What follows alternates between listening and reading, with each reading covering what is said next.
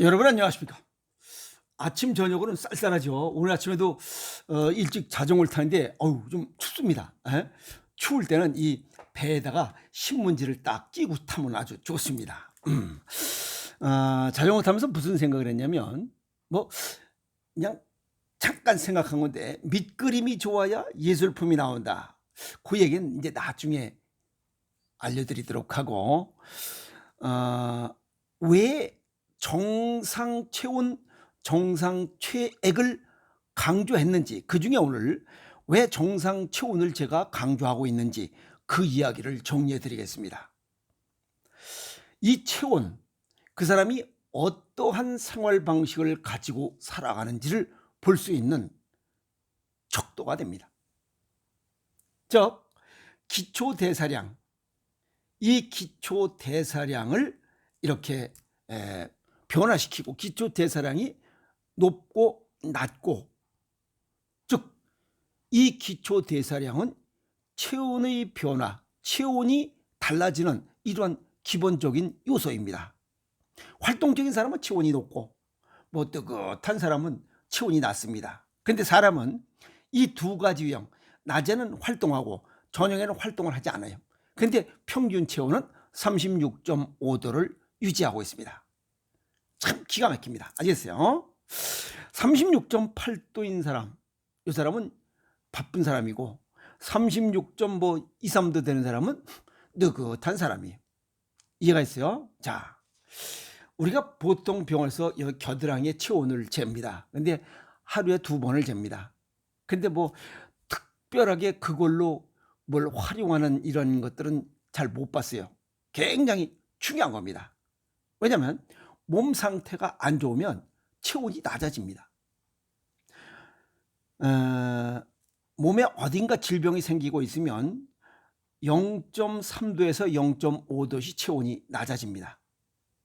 그런데 병원에서 뭐 하루에 2번 뭐 체크해 가긴 하는데 뭐 열이 나면 해열제 주고 무엇이 좀 항생제 투여하는 이것밖에 활용을 못하는 것 같아요. 이 체온은 환자의 병세 파악을 위한 잣대의 기준이 된다는 점입니다. 그래서 의사나 간호사들이 굉장히 소중하게 봐야 될 것 중에 하나가 체온입니다. 그 사람이 왜 체온이 올랐을까, 왜 체온이 자꾸만 떨어질까 하는 거에 대한 기본이 그 사람의 병세가 악화되느냐 호전되고 있느냐 하는 것에 대한 기준점이 된다는 겁니다. 그래서 우리가 일반적으로 생활하는데 올바른 지침이 된다. 기초 대사량, 그 사람이 어떤 활동을 하느냐에 따라서 기초 대사량이 높으냐 낮으냐, 체온이 높자 낮으냐를 볼 수 있기 때문에 그렇습니다. 여기서 기초 대사량은 생활 방식과 아주 밀접한 관계가 있습니다. 의학적인 면으로 설명을 드리면 자율신경의 상태와 상관관계가 굉장히 깊습니다. 활동적인 생활 방식을 갖고 있으면 교감신경 5위에 올라서 이런 생활을 하고 있다. 항상 긴장된 생활을 하고 있다라고 하는 표시고, 또 정적인 생활 방식을 갖고 있는 사람은 부교감신경의 우위에 있는 이런 느긋한 성격을 가지고 있다. 생활 방식을 갖고 있다. 이렇게 보면 됩니다. 자, 그러면 요즘 저체온인 아이들이 점점 늘어나고 있다는 겁니다. 그것은 과식과 운동 부족으로 이 저체온 현상이 일어나고 있다는 겁니다. 이러면 역시 다양한 질병이 발생할 수밖에 없는 여건이 된다. 또 편중된 생활 태도 때문에 유발되는 이 병리적 저체온을 설명을 드리면, 과도하게 스트레스 받고 있는 교감신경 5위에 있을 때 37.2도가 되면 우리 몸은 자동적으로 이 혈관을 수축시켜서 온도를 내립니다. 그래서 36.5도 정상 체온을 가질 수 있도록 이 혈액순환 장애를 만들어요. 기가 막힌 겁니다. 이해하세요? 그러나 교감신경이 과도하게 긴장되지 않도록 해야 되는데, 이런 건 이 병리적인 거, 이 생리적인 건 모르고 그냥 계속 스트레스를 누적시킨다면 우리 몸속에서 질병이 발생할 수밖에 없습니다. 왜? 저체온 증상이 계속적으로 이어지기 때문에 그렇습니다. 그래서 무리한 생활을 계속할 때 병이 발생할 수밖에 없다 하는 겁니다. 그래서 대부분의 이런 질병은 이런 생활 방식의 무리, 즉 동양의학적으로도 이런 얘기가 뭐냐면 노희사비공, 너무 성질을 많이 내도, 너무 기뻐해도, 너무 생각이 많아도, 너무 슬퍼해도, 너무 무서움에 공포를 떨어도, 불안, 초조, 긴장이 너무 오래돼도 질병이 발생할 수 있는 원인이 된다. 그 원인이 뭐냐면 이러한 노이사비공, 과도한 스트레스를 받으면 교감신경이 우위에 있으면서 저체온 증상이 발생하기 때문에 질병이 발생합니다. 그러면 저체온으로 해서 발생하는 질병들이 어떤 것들이 있느냐? 하나는 콩팥병입니다. 또 하나는 눈질환이에요. 하나는 당뇨병, 부정맥 등 이런 유형의 질환들입니다. 뭐 대체적으로 콩팥과 심장에 관련된 질환입니다. 그래서 이런 질환을 갖고 있으신 분들 보면 체온이 36도씨 정도 됩니다. 0.5도씨 정도 낮습니다. 그래서 생활 방식의 문제다, 생활 방식의 무리다, 과로다 라고 하기 때문에 과거의 성인 질환, 성인병이라고 했던 거 이제는 생활 방식의 이런 스트레스 과다, 이걸로 인해서 발생하는 질환이기 때문에 생활습관병이다라고 이렇게 이름이 바꿔진 이유도 이것 때문에 그렇습니다. 그리고 이러한 질환들은 약물 치료가 효과가 없습니다. 그냥 손발이 차고 뭐 안색이 나쁘고 한 이런 질환들은 약물이 뭐 약물 치료 되는 게 아니에요. 이거는 생활 방식을 바꿔야 됩니다. 신체를 따뜻하게 근본적인 치료하려면 생활 방식을 바꿔야 되는 겁니다. 스트레스를 줄이는 게 1번입니다. 근데 그걸 갖다 약으로 다 뭘 하려고 그러니 콩팥, 그 다음에 간 기능은 자동적으로 망가집니다. 그래서 신장병 이런 것 영영 못 고칩니다. 그래서 근본적인 치료의 지름길, 생활 방식을 바꾸라 하는 겁니다. 약으로 되는 게 아닙니다. 아시겠어요? 자, 그러면 이번에는 너무 편해서 생기는 이러한 저체온 상태, 기초대사량이 적은 겁니다. 체온이 오르잖아요. 그리고 이 수축과 이완을 해서 열을 발생시켜야 되는데 그 운동량이 적기 때문에 열이 발생하지 않아서 체온이 또 낮아집니다. 그래서 저체온증이에요. 그래서 애들 저체온증, 또 어른의 만성 피로증후군 같은 거, 이런 거는 약으로 되는 게 아닙니다. 나가야 됩니다. 아시겠어요? 나가서 또 운동을 하거나 아니면 따뜻한 물로 운동을 하거나, 또 일본에서 또 그 뭐랬죠? 그 뭐 무슨 그 뭐 발 양말, 그 뭐라 하더라? 뭐 양말 신어서 발을 따뜻하게 하는 거. 어쨌든 그게 전체적으로 보면 두한조결입니다. 우리나라 동양의학의 건강 원칙 두한조결. 발을 따뜻하게 해야 정상 체온을 유지할 수 있다. 그래서 문제점을 해소시키는 이런 오시담 지혜를 가져야 됩니다. 자, 그러면 저체온으로 인한 문제점이 뭐냐 이게? 기력이 저하된다는 겁니다. 활력이 떨어진다는 거예요. 우리 몸에 원기가 부족하면 다양한 세포들이 단백질을 합성할 수 없게 된다. 그 얘기는 세포들이 기능이 떨어지고 있다. 그러면 체온을 유지할 수가 없다. 각각의 세포가 맡은 바 기능을 완수할 수가 없다. 그러면 다양한 질환이 발생하는 거예요. 그래서 저체온증도 다양한 질병 발생의 원인이 된다 하는 얘기가 그 얘기입니다. 예를 들어서 피부세포 케라틴 합성 작용이 떨어지면, 저하되면 이 피부가 탄력을 잃고 약해지면서 푸석푸석해집니다. 이런 변화는 우리가 피부만 푸석푸석해지는 줄만 알고 있는데 그것이 잘못돼요. 피부가 푸석푸석해지고 탄력을 잃으면 피부뿐만 아니라 체내의 모든 세포들이 단백질 합성 기능에 문제가 생깁니다. 얼굴에 주름살이 생겨.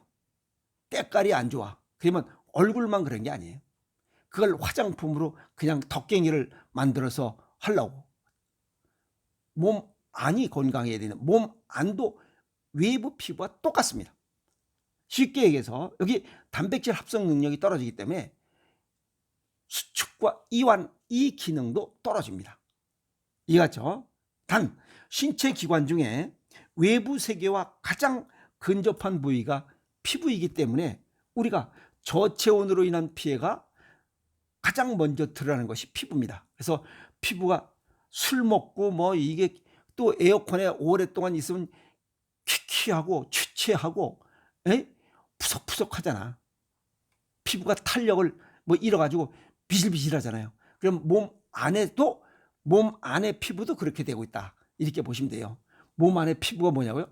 이 입에서부터 이 식도, 위장, 소장, 대장, 항문까지 다 통해요. 거기에 있는 피부부터 다 흐느른해진다 이 말이에요. 그래서 여기 얼굴에 주름이 있으면 저 속에 있는 모든 조직들이 다 주름이 생기고 있다. 즉 주름이 생기고 있다는 것은 수축과 이완의 탄력성을 잃고 있다. 이렇게 보시면 됩니다. 또 콩팥, 저체온의 영향을 피부 다음으로 잘 받는 부위가 콩팥입니다. 그러니까 추위가 깊어지면 추위에 오래 노출되면 콩팥이 제일 먼저 망가진다. 즉 이 속 안에가 차가워지는 외부 기온이 오르고 몸 내부가 차가워지면 콩팥 기능이 약해지는 이유와 똑같습니다. 이해갔죠? 그래서 혈액순환이 원활하지 못하면 소변을 만들어내는데 문제가 생깁니다. 즉 혈액 내에 노폐물을 걸러내는 기능이 저하된다 이 얘기입니다. 그러면 다양한 문제가 또 발생합니다. 알겠죠? 그래서 현대의학적으로 보면 일반적으로 신장병 치료할 때 혈압 강화제, 그 다음에 이뇨제를 투여하는데 이걸로 혈류량을 증가시킬 수 있느냐? 고민입니다. 오히려 더 망가집니다. 아시겠어요?